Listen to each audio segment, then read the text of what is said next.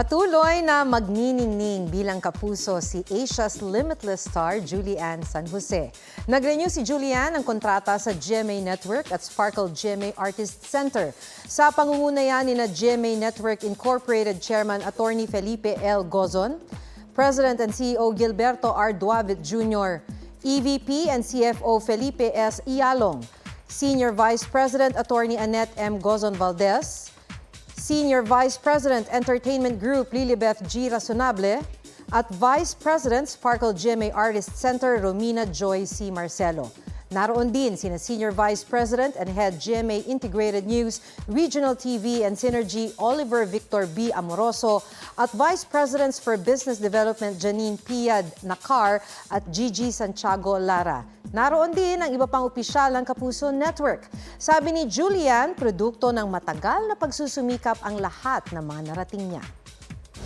I have made sacrifices for the past 18 years and they're all worth it para sa akin. Nagpapasalamat talaga ako kasi nandyan yung GMA for me, talagang ginabayan nila ako, sinuportahan nila ako. Kaya tinawag na limitless star si Julianne.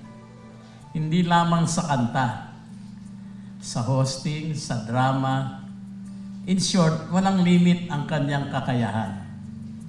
And I am very proud na siya ay homegrown. Well, Julie, congratulations. It's been a fantastic 18 years.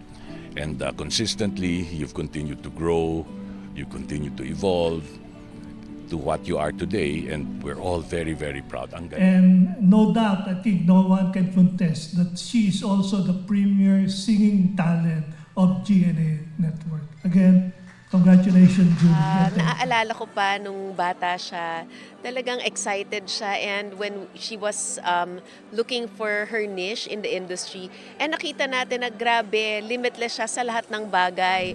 So, very proud and also very honored na it was GMA who molded her, who helped build her up, and who grew with her also through all these years. Huwag magpahuli sa mga balitang dapat ninyong malaman. Mag-subscribe sa GMA Integrated News sa YouTube. Sa mga kapuso abroad, subaybayan nyo kami sa GMA Pinoy TV at sa www.gmanews.tv.